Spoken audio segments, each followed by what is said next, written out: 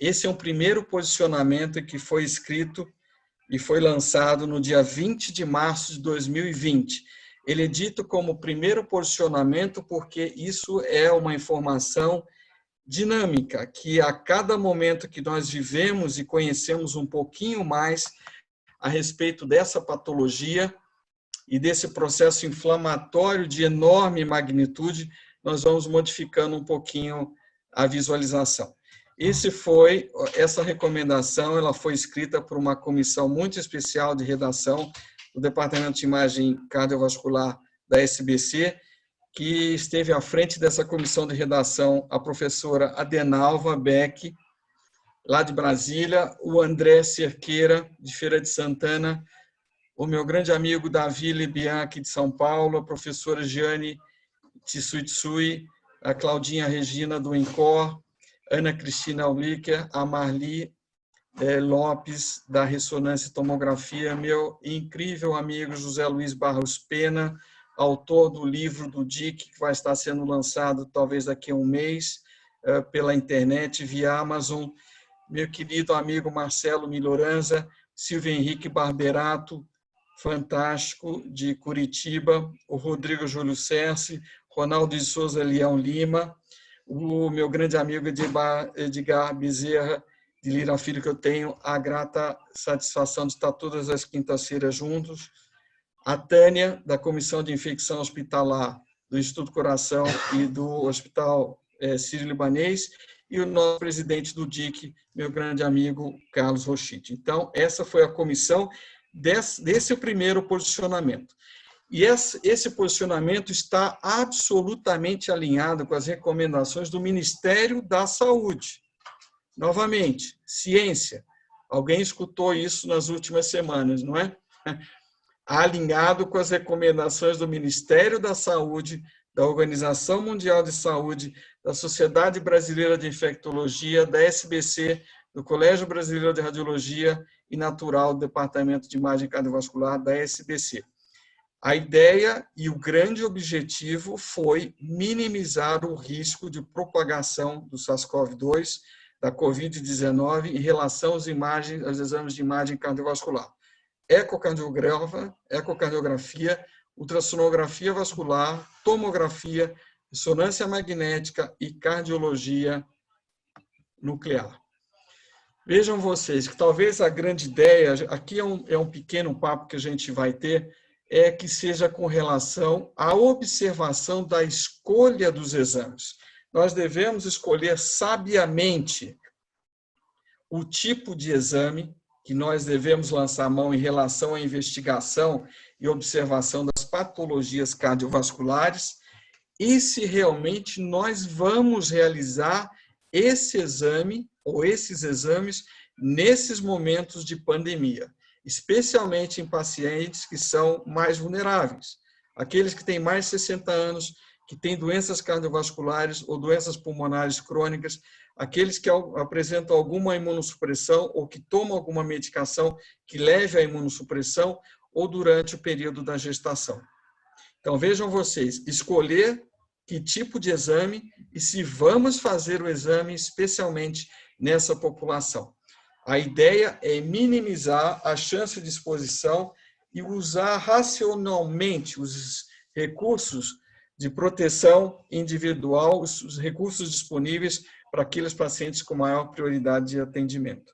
Então, nesse momento, nós temos que fazer um balanço entre o benefício da realização do exame em detrimento do risco de exposição do paciente à situação que vai ser realizada. Então, realmente, muito cuidado em relação à escolha e à indicação e à realização e como realizar os exames. Então, sempre nós devemos, inicialmente, eu vou mostrar para vocês na sequência, aplicar um protocolo de triagem, um checklist. A gente vai observar passo a passo em relação a esse checklist. O que perguntar, o que observar em relação ao paciente. E esse checklist ele deve ser realizado no momento da marcação do exame, da confirmação da agenda e, sobretudo, na chegada à unidade de realização do exame. Isso, a finalidade é o reconhecimento dos casos suspeitos ou confirmados de infecção por SARS-CoV-2 e a criação de medidas de prevenção apropriadas. E muitas vezes o que é realmente fundamental é discutir com o médico que solicitou o exame a respeito da necessidade da realização desse exame e da possibilidade de reagendar o exame após o término desse período crítico da pandemia, especialmente se o paciente apresenta sintomas respiratórios. Então, na verdade, nós vamos levar em consideração durante a triagem se existe principalmente febre, se existem alguns sintomas respiratórios e na ocorrência principalmente dessas duas situações, e antes também se havia tido ocorrido viagem do exterior para cá, o problema é que agora temos transmissão autóctone, já não é mais tão significativa e tão relevante essa questão da viagem. Sim, a questão da presença de febre, da presença de sintomas respiratórios e se houve contato com pessoas que haviam positividade para observação da presença do vírus ou suspeição ou possibilidade da positividade em relação à presença do vírus. E se isso ocorre, sugerir ao médico solicitante a reagendar o exame após 14 dias, salvo situações em que há absoluta urgência na realização do exame. Claro que nessas circunstâncias, muitas vezes o paciente será internado. Então, aí ele vai ser feita a solicitação em outra situação e o paciente deve fazer o exame à beira do leito, apresentando aquele profissional que vai realizar o exame toda a ocorrência e a utilização dos equipamentos de proteção individual. Isso é absolutamente capital. Então, vejam vocês, em pacientes ambulatoriais com sintomas respiratórios, em que há suspeita ou em que há confirmação que tenham urgência, eles devem ser agendados em horário de menor fluxo e receber máscara. Isso há alguns grupos hoje que diriam o seguinte: se há sintoma respiratório e muita urgência, nem mesmo realizar o estudo. O paciente deve ser internado e isso passa por uma outra circunstância, em outro organograma, em que ele vai fazer o exame ou não, de acordo com a solicitação do médico assistente a nível de internação. Isso é uma outra questão que na evolução isso se faz também. Em pacientes internados ou suspeitos ou confirmados, é recomendável discutir com a equipe médica a possibilidade de realizar o exame após o resultado do teste natural, caso não haja urgência, ou realizar o teste à beira do leito. Por exemplo, no Hospital Israelita Albert Einstein, faço muitas vezes 2 exames, 3 exames, 4 exames, eu cheguei a fazer 6 exames num período com um paciente com suspeita ou com diagnóstico confirmado de SARS-CoV-2. Mas claro que para cada paciente nós temos que seguir todas as regras de observação dos cuidados necessários ao contato com o paciente. E vejam vocês que uma questão, eu acho que é fundamental, é a questão da higiene das mãos. A gente vai conversar bastante sobre isso na sequência. Outra questão, estratégias de distanciamento social. Tanto se conversa sobre isso, não é isso? Do ponto de vista político, uma questão muito importante, se possível, é fundamental limitar o número de profissionais que estão no ambiente de trabalho. Por exemplo, residentes do primeiro ano de ecocardiografia. Será que nesse momento, nos primeiros 2 meses do ano, nós devemos ter os residentes de primeiro ano de formação em ecocardiografia junto conosco? Claro que cada setor formador vai ter a sua opinião particular. Minha opinião particular, e como é feito no serviço de ecocardiografia de adultos do Instituto Coração, os residentes de primeiro ano não estão conosco, eles estão em casa. Então, nós consideramos, o diretor da unidade, o supervisor, consideraram que realmente era mais seguro que os residentes de primeiro ano em ecocardiografia de adultos permanecessem em casa. Isso tem toda a anuência e concordância dos assistentes do setor de ecocardiografia de adultos do Instituto Coração. Do ponto de vista de equipamentos de proteção individual, os profissionais envolvidos no atendimento em contato com os pacientes devem ter acesso às EPIs. E fundamental, pessoal, receber treinamento com relação à utilização das EPIs. Porque muitas vezes em alguns hospitais você tem a EPI, mas você utiliza muito mal. Outro dia eu estava num hospital próximo da UTI e fiz uma experiência. Chamei uma enfermeira que estava fazendo uma demonstração da higienização das mãos e pedimos para que 6 médicos, 4 inclusive que trabalhavam na UTI, fizessem a higienização. 3 desses médicos fizeram a higienização por 5 vezes, porque estavam fazendo a higienização de forma absolutamente errada. E a própria enfermeira observava, está inadequado, volta, faz de novo, está inadequado, volta, faz de novo. Porque a higienização é absolutamente capital.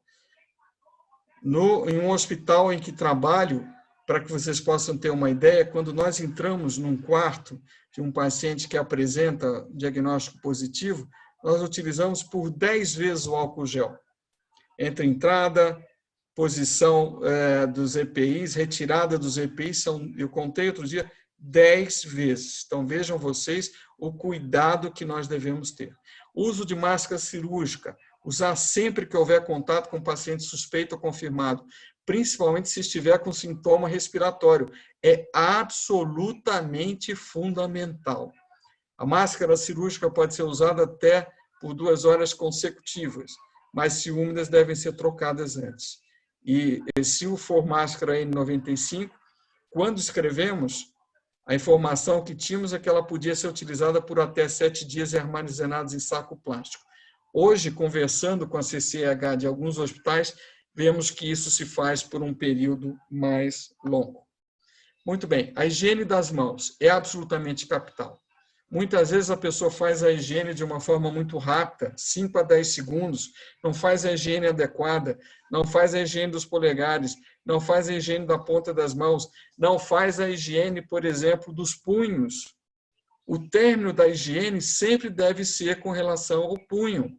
Isso é absolutamente fundamental. Eu tenho um grande amigo infectologista do Einstein, que hoje em dia praticamente ele só faz análise de Covid. E eu fico observando a higiene das mãos dele, realmente impressionante. Faz realmente de forma muito criteriosa. Deve ser feita por um período bastante longo e se também lavar as mãos com água e sabão por pelo menos 20 segundos. Isso é fundamental e o uso natural do álcool em gel. Ok? Garanta com seus gestores que todos os pacientes profissionais tenham acesso a suprimentos para higiene das mãos às entradas do serviço de saúde, nas salas de esperas e nas áreas de atendimento. Muitas vezes nós vemos em ambulatório de cardiologia ou de clínica médica que os pacientes estão todos agrupados numa distância menor do que 1 metro, ninguém usa máscara, ninguém faz uma higienização adequada, realmente é impressionante. Vejam vocês o checklist que nós devemos fazer antes de realizar qualquer exame de imagem cardiovascular. Então, quais sintomas respiratórios? Isso parece uma questão muito trivial, mas em epidemiologia, absolutamente nada é trivial. Então, a ocorrência de sintomas respiratórios tem apresentado alguns dos sintomas abaixo? Cansaço, congestão nasal, corrimento nasal, dor de garganta, dificuldade para respirar, dor de cabeça, febre, mal-estar, tosse, batimento de asa de nariz ou alguns outros. Quais os fatores epidemiológicos? Teve contato com caso suspeito nos últimos 14 dias? Teve contato com caso confirmado? Fez viagem para o exterior nos últimos 14 dias? Essa questão da viagem hoje já não é tão fundamental. E o questionário a gente deve aplicar e observar se há febre e um sintoma respiratório e viagem. Se há febre, um sintoma respiratório e contato com caso suspeito. Se há febre ou sinal ou sintoma respiratório e contato com caso confirmado. Então, hoje, mais importante é febre, sintoma respiratório e contato com suspeito ou confirmado. Fundamental, mais uma vez, higienizar as mãos do paciente com água e sabão ou produto alcoólico, utilizar máscara cirúrgica para o paciente que tenha febre ou sintoma respiratório, né? Covid suspeito ou confirmado, ou que irão fazer ecocardiograma de estresse. Ecocardiograma de estresse em momento de pandemia, realmente eu vou dizer para vocês, é uma questão que você tem que conversar muito com o médico solicitante. com relação à real necessidade disso, não é? Em caso suspeito ou confirmado de Covid, seguir o protocolo institucional.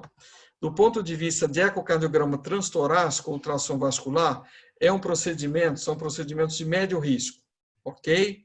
Então, as medidas de proteção recomendáveis quando não há Covid ou baixo risco: higienizar as mãos com água e sabão, produto alcoólico, usar luvas de procedimento, máscara cirúrgica desejável, especialmente em áreas de transmissão comunitária. Paciente com Covid suspeito ou confirmado: higienizar as mãos com água e sabão, produto alcoólico, fornecer máscara cirúrgica, usar luva de procedimento, N95 ou N99, que não é utilizado no Brasil, usar gorro descartável, óculos de proteção ou face shield, que é muito melhor, usar avental cirúrgico impermeável e proteger a sonda do esofágio com capa protetora, se possível. Se possível, é desejável que ocorra a proteção da sonda do transdutor ecotransesofágico, da transtorácico. Com relação ao transesofágico, o grande problema é a geração de aerosóis, que é o grande problema com os dentistas, por exemplo. Então, sempre que possível, conversar com o médico solicitante para que o exame seja postergado. Somente realizar em caso realmente necessário. Hoje, por exemplo, eu tinha um paciente com flutter atrial, em que o paciente foi para a tomografia e suspeita de Covid, foi para a tomografia, pediram um esofágico, foi para a tomografia para observar se havia padrão, tipo vidro fosco, espessamento interlobular, alteração basal posterior múltipla. Eu disse o seguinte: vai para a tomografia, vê se tem trombo no apêndice atrial. A tomografia, muitas vezes, nós sabemos que é utilizada para observação de trombo em apêndice atrial. Então, veja isso também. O paciente apresentava padrão de vidro fosco, não foi encontrado trombo no apêndice e não fez o ecoesofágico. Então, as medidas de proteção recomendáveis para cada paciente: higienização de mãos com água e sabão, produto alcoólico, luvas, máscara, N95, gorro, óculos, avental e, se confirmado, deve ser feito idealmente em sala com pressão negativa, ok? E aqui eu trago para vocês do CICIAC, antigo EcoCIAC, um estudo ecocardiográfico focalizado para pacientes portadores ou suspeitos de Covid. Isso é um estudo em que foi escrito pelo board do EcoCIAC, do CICIAC. E quais são as indicações hoje do estudo focado ecocardiográfico? Quando, em pacientes que têm suspeita clínica ou presença de Covid, quando existe uma instabilidade hemodinâmica não justificada pelo SARS-CoV-2, outras comorbidades associadas pré-existentes, se há possibilidade de um derrame pericárdico significativo, com suspeita de impacto clínico, hemodinâmico, se há alguma insuficiência cardíaca nova, associada a valores elevados desproporcionais, por exemplo, de BNP ou cardiomegalia não conhecida, se há angina de peito com alterações de eletro significativas, se os pacientes têm arritmias complexas, ou se há alta suspeita de endocardite associada à COVID. Ou seja, essas são as indicações observadas pela Sociedade de Imagem Cardiovascular, da Sociedade Interamericana de Cardiologia, que congrega hoje 24 países. Também do ponto de vista de ecotransesofágico, somente realizar em casos de emergência, que impliquem modificação de conduta ativa imediata. E aqui nós trazemos para vocês o algoritmo que foi realizado com esse consenso do DIC e SBC com relação à ecocardiografia. É um fluxograma para realização de imagens de imagem cardiovascular ou cardiologia nuclear. Se o exame é considerado essencial nesse momento, não é essencial, discute com o médico assistente a possibilidade de reagendar. Principalmente em pacientes vulneráveis, maior que 60 anos, doenças crônicas, imunossuprimidos e durante a gestação. O paciente deve ser orientado conforme o protocolo institucional do Ministério da Saúde. Se o exame é considerado essencial, tem alto risco de COVID, tem alto risco, pode ser agendado em horário de menor solicitação, utilizando sempre máscara e sala isolada. Ok? Ou então, se há necessidade e tem sintoma, o paciente, melhor ainda, ele deve ser internado e reavaliado do ponto de vista de internação, se há necessidade da realização. E se for realizar à beira do leito com todos os EPIs disponíveis. Nós temos que pensar nos pacientes, mas também na salvaguarda daqueles que estão em contato com os pacientes. Se não existe alto risco, se é um baixo risco sem sintoma respiratório, ele pode ser relacionado à sala do exame. Então, trago para vocês aquilo que deve ser feito, como colocar os equipamentos de proteção individual, isso é extremamente importante, existe toda uma sequência. A higienização, falo novamente a vocês, num determinado hospital, 10 vezes nós vamos utilizar álcool gel. E o maior problema não vai ser no momento do posicionamento das EPIs, e sim da retirada. Muito cuidado com relação aos óculos de proteção e, de preferência, emprego dos face shields, ok? O face shield, nós devemos lembrar que foi muito utilizado com relação à epidemia do ebola. Então, realmente traz muito maior segurança do que em relação ao uso do óculos tradicional. Muito cuidado, falo mais uma vez, na retirada dos EPIs, devendo seguir sempre uma regra. Retirada da luva, depois a retirada a partir da parte posterior do avental, ok? Retirada do gorro, retirada do óculos e, finalmente, a retirada da máscara. E cada vez que é feito um procedimento, utilizar e empregar álcool gel. Isso é corroborado, essas informações, por todas essas sociedades que eu havia dito, ok? Sociedade Brasileira de Cardiologia, Sociedade Brasileira de Infectologia, Colégio Brasileiro de Radiologia, a British Society of Echocardiography e também, hoje, pela Sociedade Americana de Ecocardiografia, que está lançando esse statement em relação à proteção dos pacientes em ecocardiografia nos portadores de COVID-19. E esse manuscrito, esse documento, ele é endossado pelo Departamento de Imagem Cardiovascular da Sociedade Brasileira de Cardiologia. Muito bem. Pessoal, então, uma vez mais, eu gostaria de agradecer a Carla Focácia,